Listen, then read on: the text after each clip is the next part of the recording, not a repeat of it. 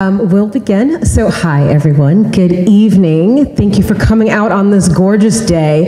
It was originally predicted to have pretty nasty storms, but Congressman came through and they said, all right, let's show them what New Hampshire really looks like on a beautiful day. So excited to be here with you. My name's Kiah Morris. I use she, her pronouns, and I am the Executive Director for Rights and Democracy. Before we go any further with our wonderful program with Congressman Ro Khanna today, I would like to provide a land acknowledgement, and then we can get into a little bit of what we're going to do so you'll have a sense of what the event's going to feel like. So I'd like to begin with this land acknowledgement. Rights and Democracy acknowledges the Mohican in southern Vermont and the Abenaki peoples as the traditional caretakers of Indakana, which includes parts of Vermont, New Hampshire, New England, and Quebec.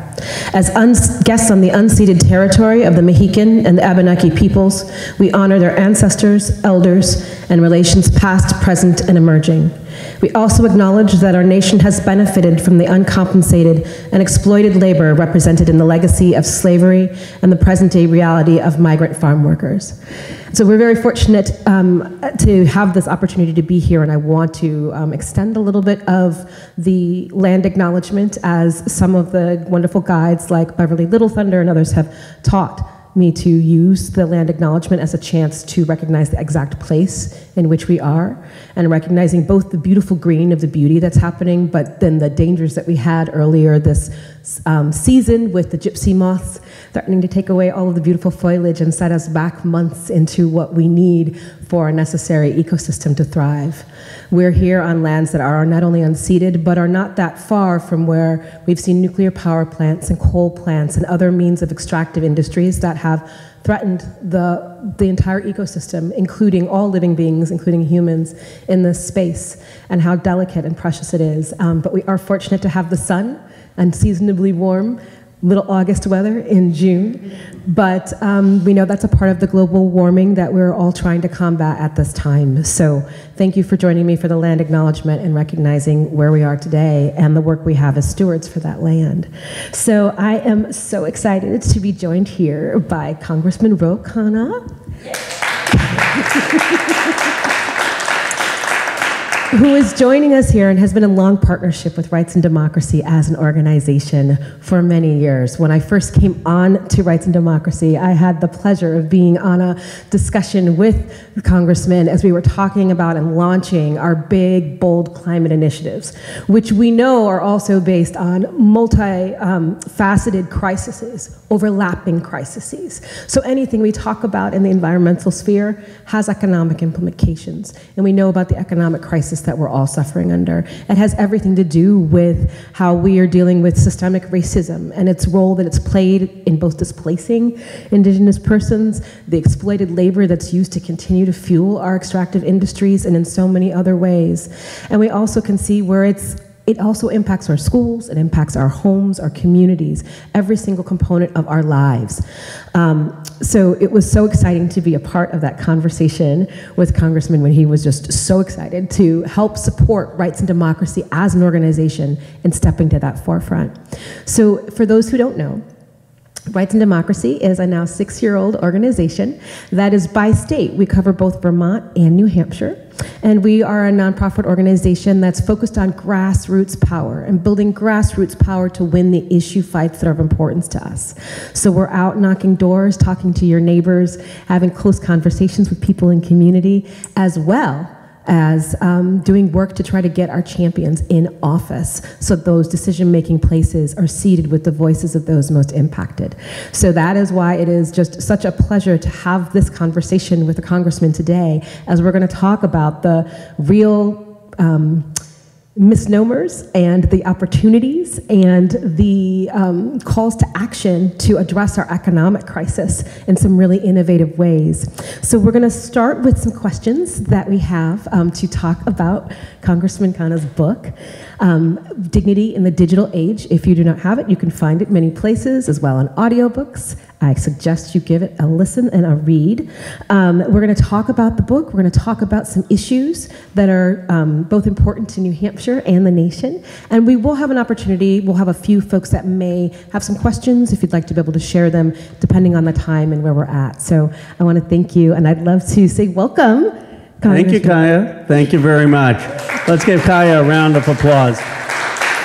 What an incredible, dynamic, visionary leader, and you're off to a great start. And I want to thank Ed. Ed, thank you for your leadership, and thank you so much for the invitation, and thank you to all of you. What you're doing at Rights and Democracy is building progressive power, and that is absolutely necessary to counter the unfettered capitalism, corporate power, to counter some of the entrenched interests in our own party and in Congress, to counter big oil, big pharma, defense contractors. So I love that you're not just organizing, you're not just active, you're not just proposing ideas, that you're actually building power.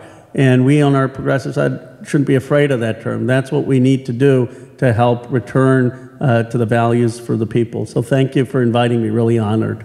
Thank you so much. And what you just said really strikes a chord with this particular moment in time where people are reeling from the decisions that are coming from the Supreme Court. And so when I think about building that progressive power and why it's necessary, these economic conversations are often at the root of why people are able to latch on to particularly harmful ideologies that are rooted in a racism and a capitalistic kind of way of thinking of who we are as individuals and how we work as a nation.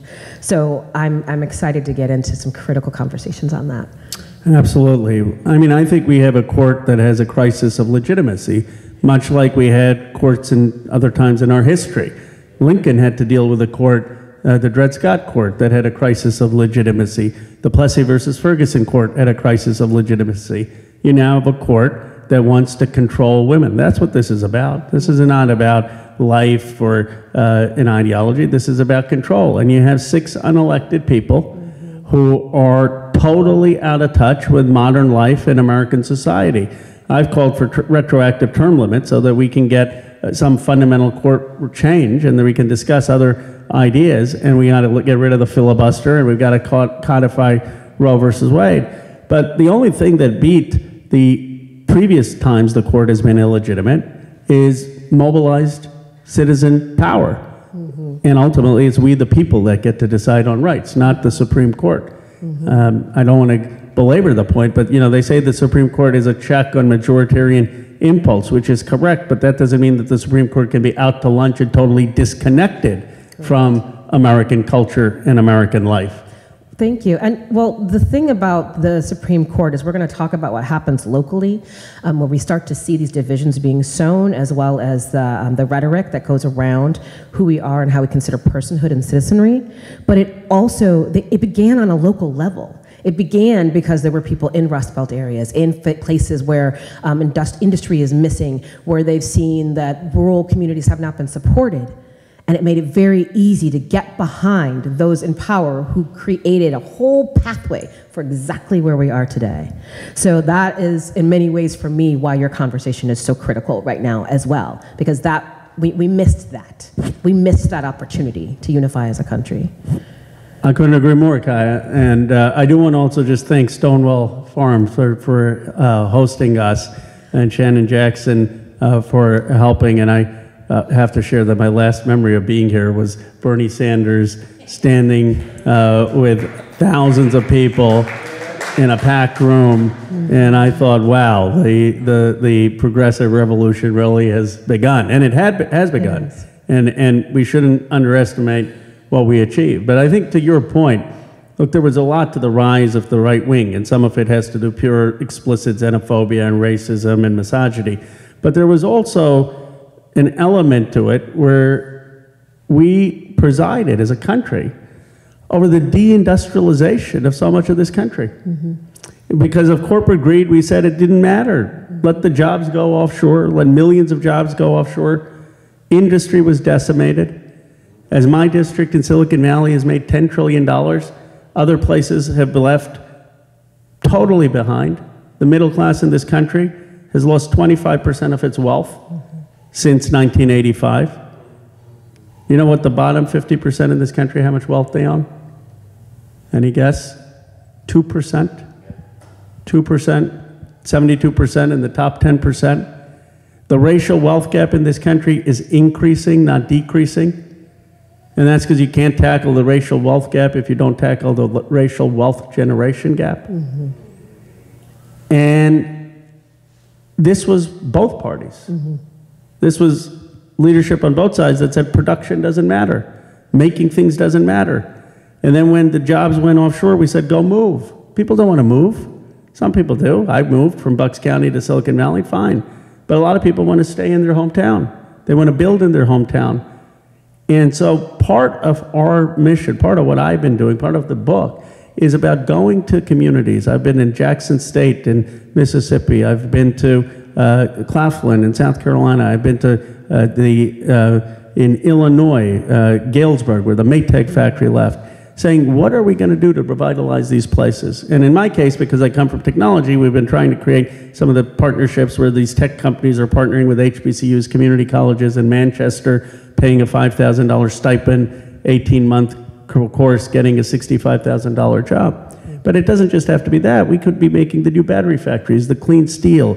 We can be making the new industries, solar farms, build manufacturing, build production. And by the way, Donald Trump doesn't have any vision for that. What was his vision? Corporate tax cuts, bash the Mexicans, and bash the Chinese. That was really, and on my view, you go in there, where are the new factories? Mm. Where are the new jobs? Mm. Our vision, which was FDR's vision, is you have massive government support for businesses to produce. That's how we won World War II. Mm-hmm. And we can do this across America, and we can do this in communities left out. And that, to me, has to be the democratic, one of the central democratic messages. Do I think economic revival, a jobs revolution will solve racism, sexism? No. But do I think it gives us a better chance of stitching this country together? Absolutely. Correct. Thank you. Well, so that's so powerful, and thinking about how that ties in to the role that you play within Congress. What were those initial pullings that brought you into saying, elected office is where I want to go? Politics is the space that I need to leverage my voice within. Well, I originally probably wanted to be a human rights lawyer and work at the United Nations. My grandfather spent 4 years in jail in the 1940s alongside Gandhi as part of India's independence movement, and that was my inspiration. He spent 15 years of his life fighting for Indian independence. And my parents immigrated from India. I was born in Philadelphia in 1976, our bicentenary. And when I was young, I thought, okay, how do I have some impact on human rights, on international justice, on a more just foreign policy?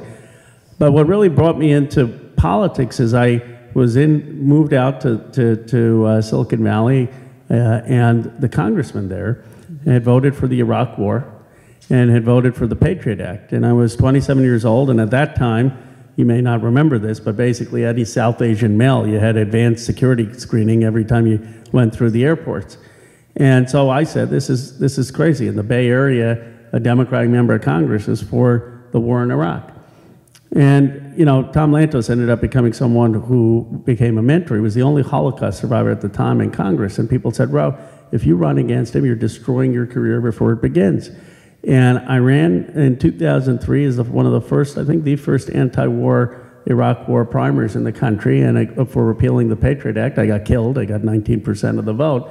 But Lantos, you know, recognized he was wrong in the war. He actually introduced me to other people in the party. And the lesson I took from that is that no one can predict democracy, but if you do what you think is right, you have the best shot of at least being true to who you are. Mm-hmm. And that's what really got me started in politics. Mm-hmm. Mm-hmm. Well, so then when you get in there, you see how what happens behind the curtain, as we always like to say, how the sausage is made, right? So you see and you feel that constant tug and that constant pull. So figuring out where you're going to have your impact is truly important, because it can't just be on you, nor can it be on, it takes each and every person who holds one of those seats to say, this is what I can bring in order to make it work, because it's just entirely too much work. So how did you find yourself building a focus around thinking about tech industry and tech jobs as a leverage point to help build bridges and build political power? For me, it wasn't just about technology jobs, it was a lack of focus on place. And I said, how is it that the polling in my district shows that young kids are totally optimistic about America? I mean, that's so rare. And partly it's because they have the opportunity to go do different things. And why is it that as our country we have totally neglected places where there was deindustrialization? I was in Galesburg, Illinois, where the Maytag factory left. And 20 years later, President Obama eloquently spoke about it. 20 years later, 20 folks from that factory met with me, and they said, our kids are still leaving. There are no jobs. Nothing has happened. I went down to some of the HBCUs, which have been completely left out of the wealth generation of the innovation economy. And I said, how is it that our country is not focused on the economic empowerment of people and places left out of globalization in a 21st century economy?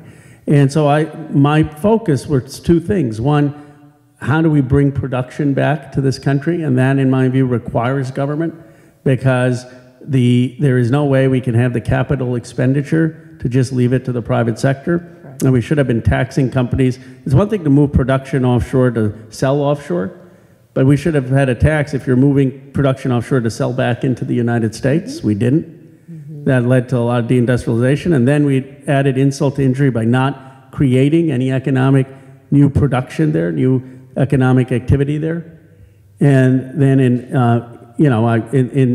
communities like the Latino and the black community, one of the things, obviously we have to talk about voting rights. Obviously we have to talk about the fact you shouldn't go out on the street and get shot by a cop. But we never talk about, well, what are we going to do to have a job? What are you going to do to have a business? What are we going to do to build wealth? And that I found that was a totally missing part of the Democratic platform. And so this is why I started to bring these tech companies. But ultimately, it's not about just tech. It's about how do we create economic activity so that we can have people flourishing in their communities, in their hometowns, if they want, and as people. And then we can talk about all the things that go into that, such as having Medicare for all, or health care for all, making sure people aren't having medical debt, making sure people don't have $30,000 of loans. But ultimately, in a vision of being productive, creative human beings, that's what we want. I'd love to hear a little bit more about, so when we're thinking about the industrial, we're thinking about technology, we're thinking about the industrial companies coming into some of these areas to create a different type of economy and a different type of work and job opportunities.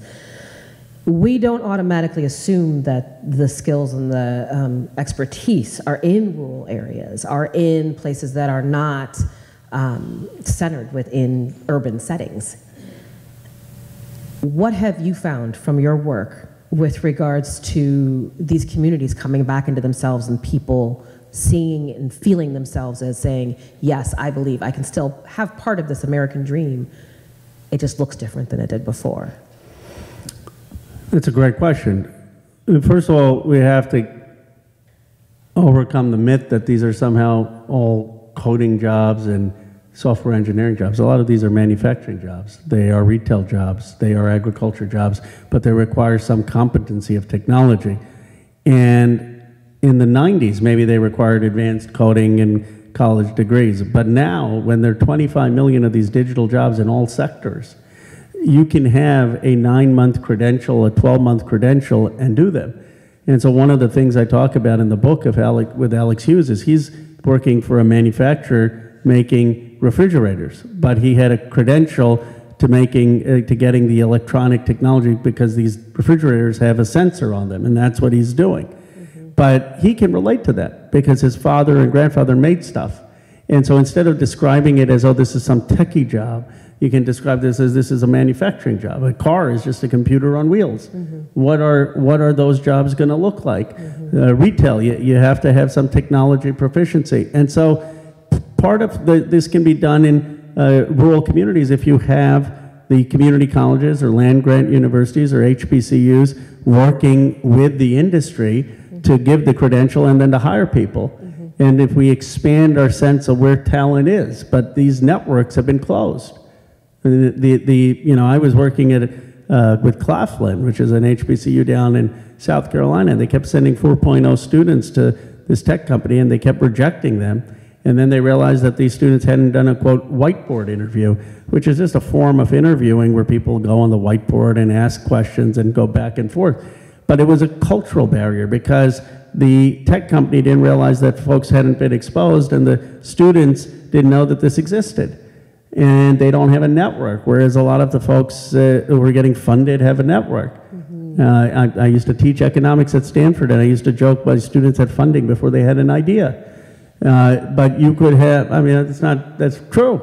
And yet all these other people who are just as brilliant ideas aren't getting funded. So the point of, I think, this is that we have got to democratize the job creation and wealth generation of the digital economy, but we also have to bring back the production and make things in America again, which has devastated factory towns, and it's devastated a lot of the Black South. And you look at William Julius Wilson's work. I don't know if you're familiar with Truly Disadvantaged, where he talked about the job loss because of manufacturing leaving in black inner cities. And then you read Debts of Despair, which is the opioid crisis and suicidal thoughts in rural America because of job loss. And it's almost like they're writing about the exact same thing. Mm-hmm. This is happening in black communities, this is happening in white communities. Mm-hmm. Because both places have been neglected in terms of a lot of the industrialization. So my view is you can actually build a coalition around having dignified jobs, economic opportunity, production, high wages across this country, and say it's time to build the working and middle class again. And we're not going to put up with a country that has just massive hoarding of wealth without others having opportunity. The other point I want to make, because I supported Bernie Sanders representing Silicon Valley, and I want to just be clear about this. No one represents more billionaires than I do. If I can be for a wealth tax, if I can be for a wealth tax and keep getting elected to Congress, I don't see how every other member of Congress can't be for that. I don't get it. I mean, if you have more billionaires than your districts, then raise your hand. Otherwise, the guy who's representing all these people is saying tax them. Yeah. How difficult is it? They're not going to move their money to China or Russia. Come on, give me a break. They're going to keep it in the United States. It's still the best place to make money. We made more money than ever before. We can afford to invest in our communities. So I love that, and I want to go in two directions. I'm a little off script, but just go with me. So I'm thinking about what this means from an economic perspective. I'm always going from the local to the large, right? So there's two things that we have as an opportunity to build in progressive policy and in the design of bringing this sort of industry and work into different areas. The first being that the people who are most impacted by our economic crises, by our climate crises, are overwhelmingly people of color. There are folks from the disability community.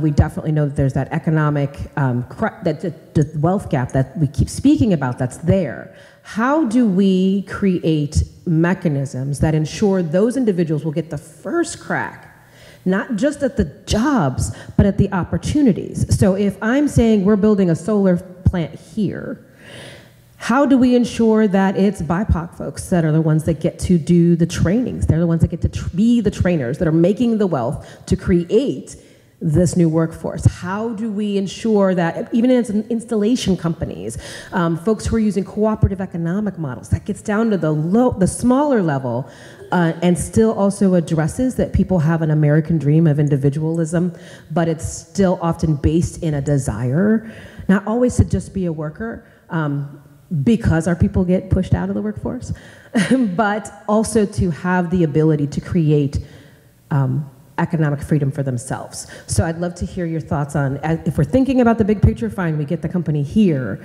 Now, how do we make sure we've mobilized in a way that keeps our folks that have a vision for smaller business or for their own means of entrepreneurialism within that to have a shot at doing so? Because you have a caution about bigger companies coming in that I want to get to in a minute. So I'd love to hear your other thoughts. Well, we have to be intentional. Right. We have to be intentional. One of the reasons that Silicon Valley has been so exclusive on race and gender, some of it may be explicit discrimination, but I think a large part of it is non-intentionality. When they're so focused on growing as a startup, they don't look at hiring beyond what is simple and easy. There's no intentionality, and they don't understand that after 250 years of slavery and 100 years of Jim Crow, the lack of intentionality will replicate patterns of exclusion. And so what can the federal government do? Well, we can start by being intentional about who we hire in federal contracts on vendors. Look at what Maynard Jackson did in Atlanta. He was very intentional about making sure that the business was going to community, to black and brown and business owners. We aren't doing that in a federal contracting space. In Jackson, Mississippi, just because I was there in Lumumba, Mayor Lumumba told me that only in a majority African American city, only 11% of the contracts go to black business owners. So we have to be intentional, at least with the levers of government, to say, okay, if we're going to have so much funding for these new technology initiatives for clean technology, make sure that we have a appropriate diversity of people, business leaders, getting some of those resources. We need to provide incentives to diversify who's writing the venture capital checks. You know, there's less than 1% of the $120 billion of venture capital that goes to black and Latino women. Less than 1%. Now, how do we get more? We need the people writing the checks have to be more women and people of color. And that's how you get them writing checks to communities, their own communities. There are very few of those folks who are writing these checks. So let's have massive tax incentives for venture firms that are hiring women and black people to be writing the checks. Let's have a law in my state that have requirements on the boards of these companies. People say, oh, that's elitism. Why do you care just about the boards and not working folks? Because the boards make the decision, the companies will make the decision about where to give the business and who to fund, which ultimately do affect a lot of working families. We need to change the economics of the country to be more inclusive. And we need to be intentional about the hiring. I mean, the president could have a goal tomorrow, create 1 million black digital jobs and do this at HBCUs. And he could do this actually probably without even congressional legislation. He could just convene these tech companies and say, here, let's create these partnerships. You know, one of the saddest things to me has been that black and brown young people are disproportionately invested in cryptocurrencies. And I'm not saying they shouldn't be invested in cryptocurrency. There's some crypto blockchain that will succeed. But I was talking to them and some of the young folks of why that is, and they said we totally missed the wealth generation of the technology revolution. This is at least our way of building some value. Well, you know what? They should have more options to build value and wealth than going and buying cryptocurrency. That to me is a very sad situation, that that's the only way they feel that they are going to be part of modern wealth generation. So to your point, I think we need to be intentional in the federal spending, intentional about where the private spending is going and the structure of these private companies.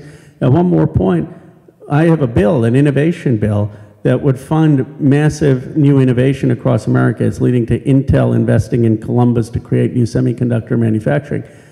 I have explicitly put in that bill that they have to look at places that are black and brown to put those innovation centers.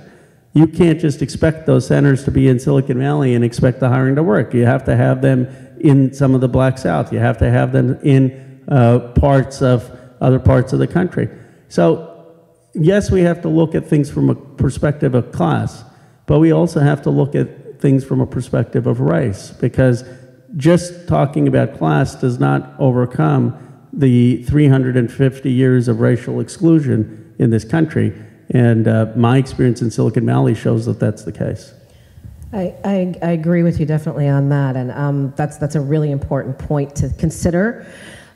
Because when I'm imagining this vision for this new place as we come into this work is to think about the entirety of the community, not just the entity that's there, but the entirety of making the community vibrant and not just based off of the workforce for that entity. Now, you had some cautions that you talked about in your book around what happens when municipalities, when states, when they get overly invested in creating incentives. Well, you really read the book. A lot of times I have people interviewing me, You know, they've read the Amazon blurb before, like 10 minutes before.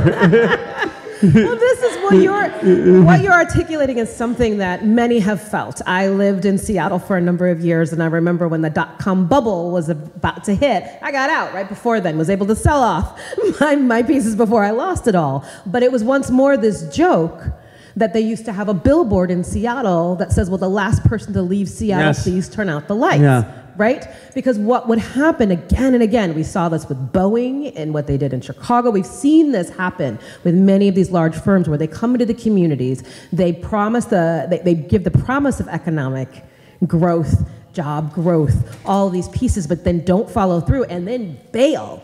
But we've also given them complete tax, like almost immunity in some ways, to be able to make that money and then cut and run. How do we fix this in real time? Well, first of all, what Amazon did I thought was shameful. I don't know if there are any basketball fans, but it reminded me of when LeBron James did the lottery, where basically everyone around the country was trying to bid for him, and everyone was trying to bid for them with tax dollars. Well, the reality is, Enrico Moretti is an economist. He wrote The Geography of Jobs, and he makes a very compelling case that the best thing a community can do to attract companies and good companies and create jobs is to invest in education. It's not to give away your money on these tax breaks. Yes. And cities and states don't have those resources. Now, I believe that the federal government, when it comes to production and when it comes to opening plants and factories, that we should be helping certain companies produce things. But Amazon certainly doesn't need that. Amazon doesn't need that to start warehouses. I mean, if we want to be making battery plants and solar farms and critical industries, and we want to be doing that across the country, the federal government should do it in partnership with business and community colleges. But the federal government also has a lot more resources. States don't have that and cities don't have that. Mm-hmm. So the economics are pretty clear that the state giveaways and the city giveaways do not work. Right. But in part, I oppose them, but in part, I think of these mayors and these governors and what they're responding to. And that gets back to how we started. They're seeing no economic activity in their communities. They're not seeing these jobs. And so they're going through these desperate means to say help. And this is what they know. And that is why we need a national industrial strategy. That's why we need a federal government strategy to create jobs in places that have been left out. I view these almost as a cry for help. I sort of look at these mayors and say, they're saying, well, we need something. Mm-hmm. Bro, it's easy for you to talk about not having federal subsidies sitting in Silicon Valley. Look at our communities. Yeah. And that's why the response to that has to be a federal response of revitalization, of job creation, of attracting business at a national level that considers the geographical, racial equities in how we do it. Yeah, for sure, for sure. Thank you. I do have concerns. I have concerns about what this will feel like for us to hold these organizations and these entities accountable.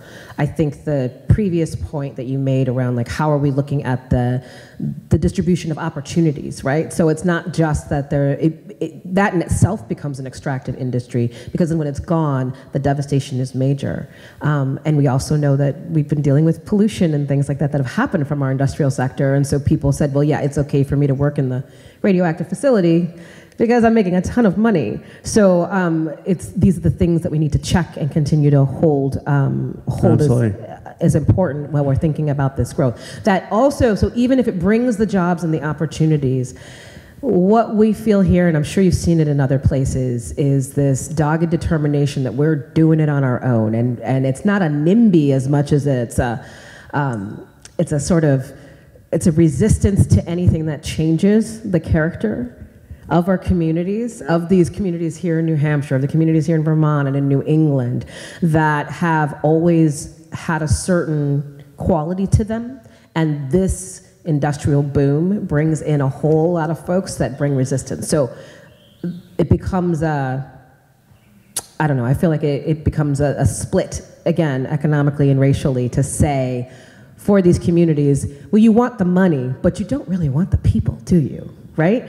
And so it creates a resistance. how do we have the people feel invested in a way that they can trust these processes of trying to bring tech, trying to bring new industry into their communities without the pitchforks? I think it has to be a community-driven process. So I'll give the example of Manchester Community College or Claflin. If I had said, if Washington, D.C. or Silicon Valley said we're going to plop up some training center in this community and create jobs, there would have been resistance.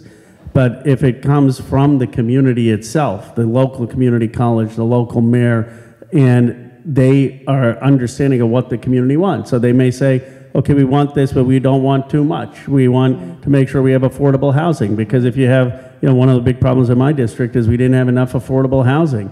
We don't want the financialization of the housing market, where you've got Blackstone or Wall Street firms buying up housing and then jacking up rents by 30–40%. We want to make sure that if you come into the communities, that the service folks who will service you are going to be paid a fair wage, that the workers are going to have some representation on the boards. I think about this from the perspective of Amazon. You're a worker who gets a job at Amazon. And part of you thinks you've literally won the lottery. I mean, Amazon, in terms of the net worth, is $2 trillion. And then you can't get dignity? Mm-hmm. Then you can't, working for the richest company ever founded in the world, and you have a job there, and they're monitoring your bathroom breaks, and you have no autonomy, and you can't get paid a reasonable wage? That's just greed. Mm-hmm. That's just wrong policy. We have more wealth than we know what to do with in this country, and yet we don't have the dignity for a lot of the workers. So a community can decide on those parameters, on housing, on worker wages, on the service economy, and make those determinations for themselves. And I think this has to be very much community directed. I'd love to hear if you have a good example of that, because a mechanism that happens so often is like the SEDS process, which gives an ability for communities to then get bonds, block grants and such to try to help with their development. The problem is, though, we do this community outreach and engagement, and it still stays within the circles. So they warn it in the newspapers and say, we're going to talk about the economic future. 10 people show up, and that counts as community engagement. How can the federal government help us in better making sure that these processes are actually engaging the people most impacted and not just doing so on a surface level? Because that's the difference, right? Yeah, I can tell you it wasn't perfect, but when Google from my district wanted to move further south with new office space in San Jose, there was a lot of resistance. You're going to let more Google offices into San Jose with the rent already the way it is? That was crazy. And there was almost 2 years of community debate, and in the end they got Google to fund massively affordable housing. They got them to fund universal childcare. They got a lot of investments. Now, some people may still not be for it, but by and large there was a lot of consensus, and those investments were in largely Latino areas that were underrepresented in the tech industry. So when we are doing these types of industrial projects or innovative projects, I think it is incumbent for the people who are evaluating the federal grant that may allow it to take place to make sure that the voices that are being heard are inclusive of the community and that they're taking into account different things. Now, I will say that not every process should just be to stop things. I mean, there have been times where we need solar farms or we need lithium-ion processing, 80% of which is done in China, which we do want to build for the environmental movement. And sometimes it can be excessive to just say stop. And so the question is, where is that balance? But I think that it definitely needs to be heavily community directed. And my experience has been that communities tend to be pretty open and excited about having new jobs and new good paying jobs. So I don't think you're going to get, some places may not want it, but a lot of places would love that kind of opportunity, especially factory towns and places where you've seen the decimation of these jobs in west side of Chicago, Dayton, Milwaukee, Galesburg, other parts of the country. So would you hold those as examples of just transition?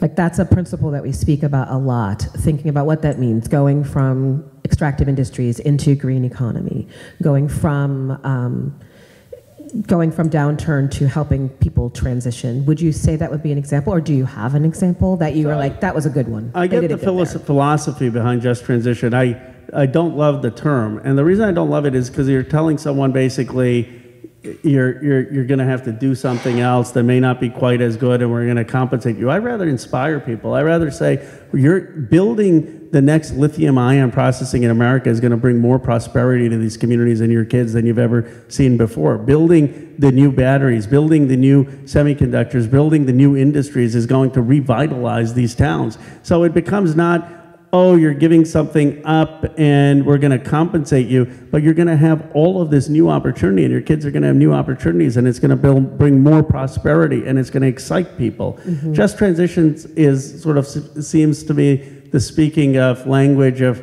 well, this isn't that great, but we're going to compensate you, as opposed to we're going to together build the future of America. Mm-hmm. And I think people respond to an inspiring vision, and then it has to have details. I mean, then yes, you can direct, more of the funding to places that have traditionally relied on fossil fuels. I think, one of the proposals I made is that we should have disproportionate funding go to towns that have had auto plants shut down to build the new electric vehicles. We should have disproportionate funding for new investments go to places that have been dependent on fracking or dependent on coal to build the new industries. Mm-hmm. But that, I would describe that as building new opportunity, new prosperity, new industry, not as something that is taking away, which is I think some of why the rhetoric or it fails to connect in those communities. Interesting.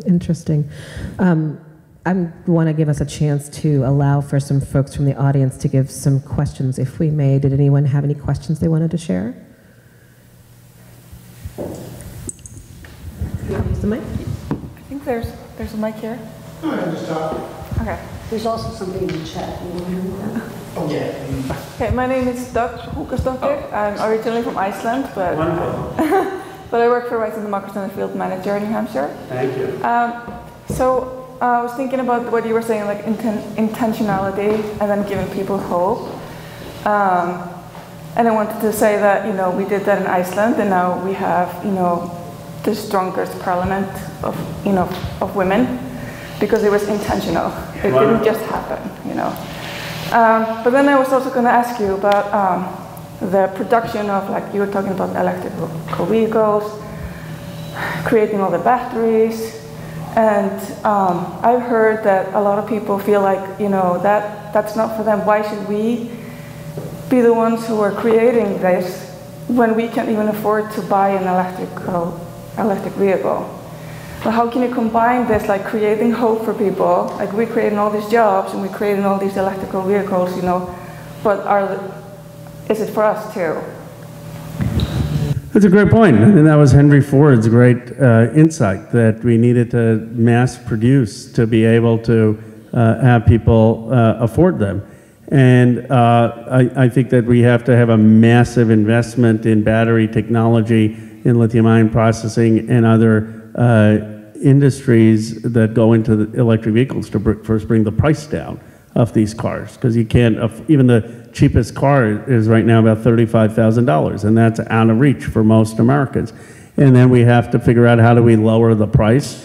How do we make sure that we're increasing wages by having unionization, these jobs being good union jobs of people who are working in the manufacturing of it, and that the service jobs around that, because you're not just going to have everyone in manufacturing. It's still a predominantly service-driven economy, but how do we raise the wages of the service jobs? I'll tell you one thing very concretely we're doing in California that I'm part of, which is the AB 257 campaign for fast food workers. It turns out that, even though we have this $10 trillion of market cap in Silicon Valley and a lot of wealth in California, people who work at Jack in the Box and Burger King and McDonald's, which you drive in through to get your food, and a lot of these techies are doing that, going to these places. They don't make a livable wage.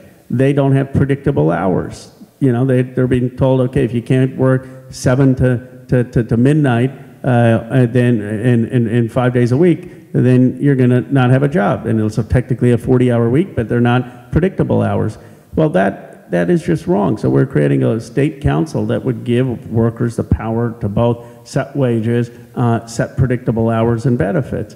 And, you know, we've had a hard time to get the governor to sign it, so we're doing rallies with SEIU, and we're pushing for it to pass the Senate. It's passed the Assembly.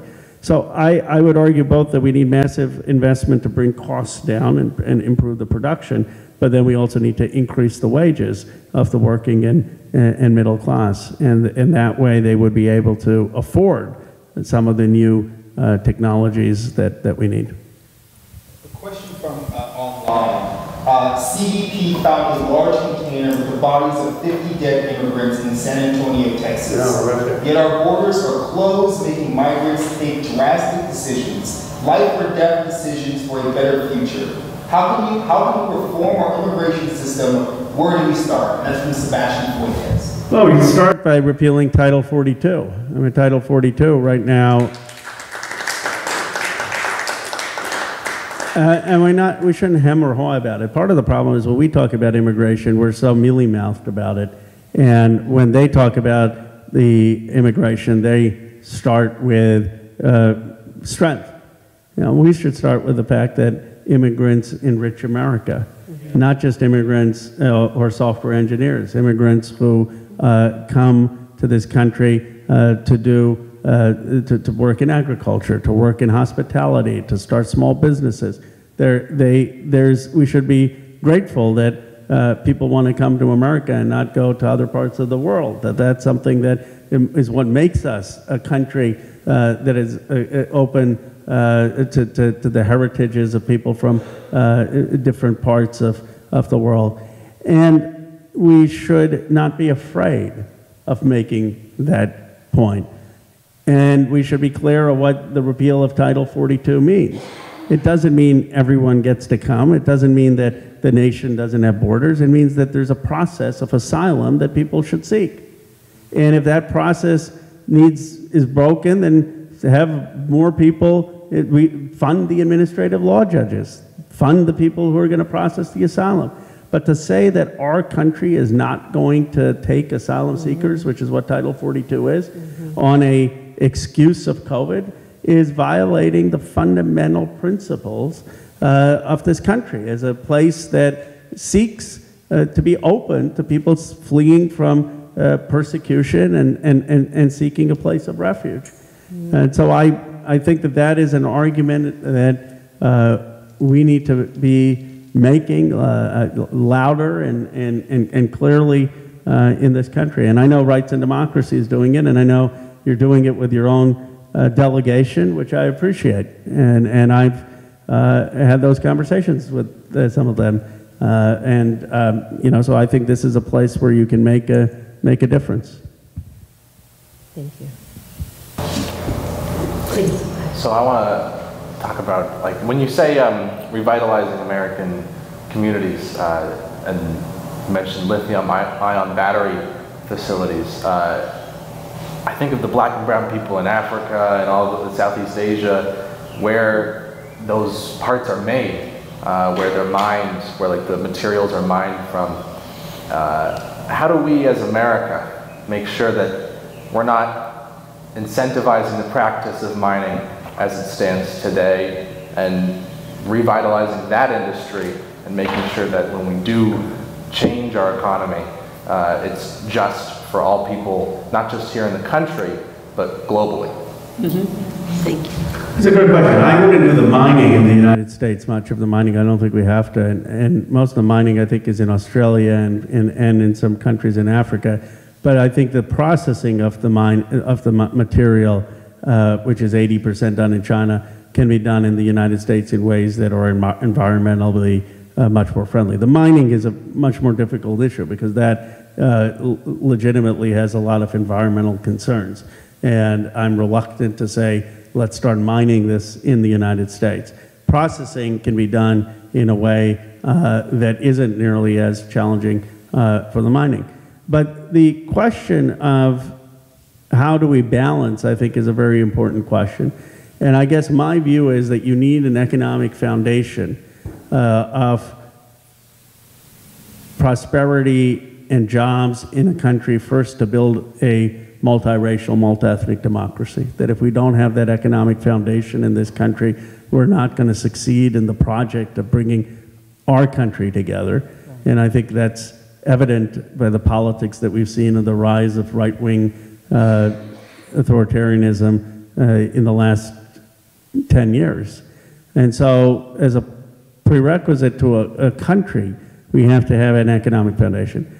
I would argue that we need to do that globally, that, you know, the cause of the opium wars in China, and I'm not for a replication of the trade war, a Cold War with China, but the cause of the opium wars in the 1840s, where Britain was totally unjustified for invading China, but it was, they were selling Indian opium into, because China had structural trade deficits. They weren't buying products from the West. Now that didn't justify the invasion, but it did show that the conditions of trade imbalance are detrimental to world peace. So I said to the Chinese ambassador, I said it's in both of our countries' interest to rebalance the production, that you want to have people feel employed and produce, and then you can trade, but you shouldn't be going to cheap labor or having such massive structural trade deficits. That's what has led to some of the Asian hate, the China bashing. It's not healthy for ultimate peace. And I would say the same thing. I think we should be active proponents of encouraging economic development in Africa, but it shouldn't be a great power politics, which is currently what China is doing, where they're trying to buy up in almost a soft form of colonialism African nations. And then we have people on our side saying, well, what are we doing to have interest in Africa? No, it should be, let's focus on building our production, our economy, and then maybe we could figure out how do we support initiatives for economic empowerment that people in Africa want and see for themselves, and what role can we play in that? But I think all of that works if we are strong as a multiracial, multi-ethnic democracy at home. And to do that, we have to start to figure out what are the jobs and opportunities for people who have seen the American dream slip away. And it's the dangerous combination is they've seen the American dream slip away at the same time that the country has changed rapidly demographically. And that, in my view, has created some of the conditions for the toxicity we see in our politics. May I ask, though, as a follow-up? So I feel like part of Jonah's question was also talking about what the environmental impacts are for the people that are part of the mining production. Is that correct? Africa. And mining as an industry is extractive, and it's harmful to the environment. So as we're thinking about this, both building in, how it's the same way you want to make sure it's free trade. We talk about, critiques aside, thinking about how we are using our responsibility in our supply chain around that.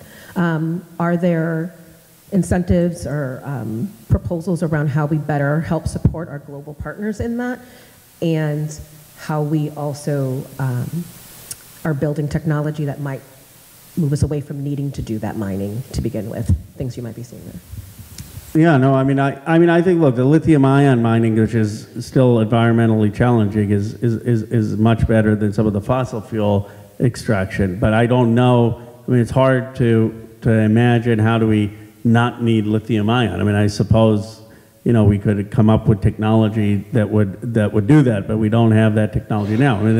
The sun, which is the ultimate nuclear fusion reactor, instead of doing the nuclear fusion here, what we're trying to do is capture the sun, which is basically capturing nuclear fusion. That's how the sun is producing energy. But we want to make sure that that's in batteries, and to do that, a lot of that requires lithium-ion. Some of the longer term doesn't. Now, can we create global standards for where lithium-ion is mined to make sure that they don't have exploitive labor, to make sure that they're done in the most environmentally sound ways? That, I think, America, along with other countries, should lead on. That we have certain standards of how this is done, and how it can be done in ways that meet environmental standards. But okay, so I'm going further. Sorry. So I still think about even the environmental and indigenous sovereignty here in this country, right? So we've seen this in other places where people use hydroelectricity and things like that are part of this whole, we're moving away from fossil fuels and trying to find alternative means of creating energy. But it comes back to people not having sovereignty over their land and their ability to say, actually, we don't want you to mine here. I appreciate that you've identified we're one of the safer places, but we don't want you to impact our environment here. Is there a potential to maybe, I mean, can we say, like, fine, we'll support you in this way, we need you in 10 years to have built your just transition so that we are moving away from that?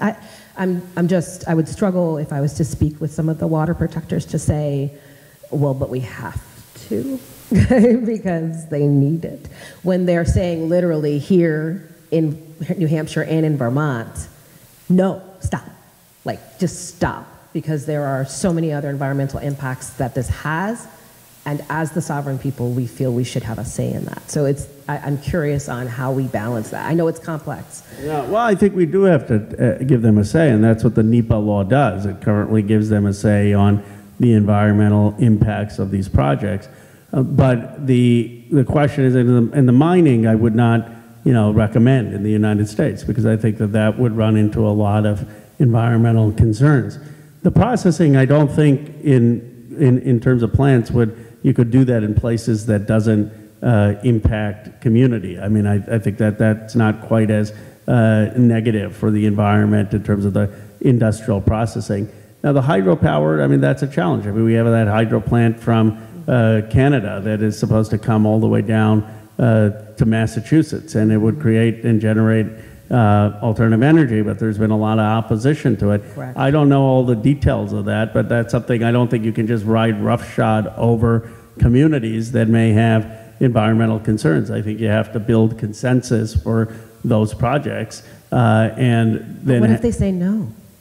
Well, then Can you have to do it somewhere else. I mean, then you do it somewhere else. I mean, then, or you have to have a massive compensation that they agree to. I mean, but I don't think you can just, through eminent domain, or say, well, we don't want these environmental protections. We're a big country. I think we can figure out how to be producing solar farms, wind farms, hydro in ways that are also respectful of communities. Right. But I don't think we're at a point where these things are getting blocked in every community, and we're not having solar farms or wind farms or offshore wind or hydropower be built anywhere. No, that would be a problem. I mean, obviously, we can't solve climate if we stopped building all of renewables. So at some point, we have to make choices, and we have to say that the climate is our biggest challenge, and we have to build solar and wind and hydro capacity, or we're never, or an renewable electric vehicles, or we're never going to solve climate. But it should be done with as much sensitivity of local communities as possible. Okay, thank you for that. Thank you for that. I'm not sure where we're at on time. We're good on time? Okay, good. Are there any other questions? Yes. Hi.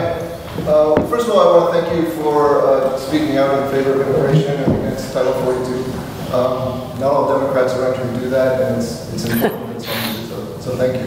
Thank you. Thank you for your voice. Yeah. My other question was about transportation generally. We've heard a bit about electric cars, and I think they're a great step, but they're still cars, they still have a drawback, they still create a lot of traffic. I'm partial to e-bikes myself and getting people into alternate forms of transportation. We certainly don't have enough buses around here. What are some things we can do? How can that be supported on a federal level so that we can have the infrastructure to support e-bikes, to support better pedestrian uses, so we don't have to have so many cars coming into town, so that there's other ways that people can meet their transportation needs? I think it's a great point. One of the things I proposed to the White House is a simple thing we could do with gas prices so high, is to make transit free, or to provide people with help to go get on a bus or go get on a train, and to massively subsidize that, so that it may encourage a change of behavior. Certainly we should have much more funding for safe bike lanes, for pedestrian paths, for creating e-bikes, for looking at all of the forms of transportation that can reduce the need for always being in an automobile. We're not going to realistically be able to do that for all parts of the country. There are people who live in rural communities who drive in, there are people who drive long distances, so the automobile, in terms of the foreseeable future, is also going to be with us, which is why I think we need to move to electrical, hydrogen automobiles as one source of tackling climate. But I would have an all-of-the-above approach that would also simultaneously encourage the much better public pedestrian walking areas, much better bike lanes, much more subsidy for those transportation means, so that we can recognize that we don't need all these cars everywhere in every city. Thank you. Thank you for that question. One more question? Anyone else? Do you have one online? Yeah, ma'am, please. Oh, thank you. Yeah. I just wanted to ask, in light of the Supreme Court's poor ethical conduct and flurry of progressive decisions, most recently, of course, the decision overturning Roe versus Wade that is very much on all of our minds right now. What can we do to counter the deep, deep harms that this rogue judicial branch is causing? We need to reform the court. I mean, we've got to, first of all, we need to campaign against the court. We need to stop pretending that it's some august body with deliberation. And these are partisan hacks in many places that have been put on the court. And I think we've given it too much deference. You know, you go read, because I'm a student of history, you go read how Lincoln talked about the court. And he would talk about, you know, the Tawny's conflicts of interest. And he was very vocal. And I think from the president on down, they need to be exposing the court. I've said, in the past, I've said that the people who ran campaigns to get onto the Supreme Court, because that was what it was a political campaign, ran more dishonest campaigns than most of my colleagues run to get to Congress. And that's saying something. And they ought to be hauled before the Senate for lying to the Senate. And we ought to have hearings on it and put pressure on it. Even if they don't have the votes, start putting pressure to expose the court. Because the courts in this country tend to move when there's mobilization and political pressure. That's what happened with FDR. The courts flipped. They were striking down all New Deal legislation under the Lochner era, and then they switched. And the more we campaign against the courts, the more we expose them for the political actors that they are. Justice Sotomayor says the stench of politics is on our court. The stench of politics. Every Democrat should be saying that. Quoting Justice Sotomayor, these are political actors. They're not judges. The stench of politics is on that court. And I think that's what they fear. They don't want to be, they have the robe ripped off and exposed as partisan actors. And part of we could talk about proposals. There's my term limits proposal, whether it's a proposal to have hearings.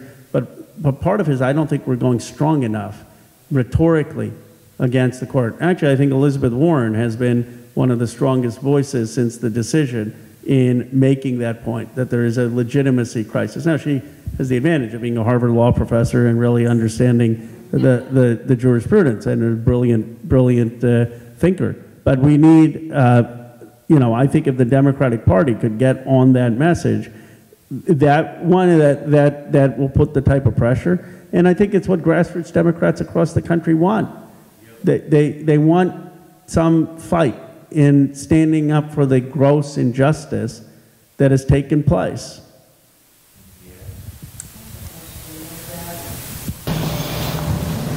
I think that 90% of the American people knew that the people coming into the Supreme Court were being dishonest. How could the Senate not see that? You know, it's convenient. Sometimes it's, I forget the phrase, where it's sort of convenient blindness, you know, where you're blind to something out of convenience because your political interests are so strong to be blind to it. And I think that's what happened in the case of Susan Collins and some of the others. They didn't want to dig deeper. They wanted to vote with the Republican.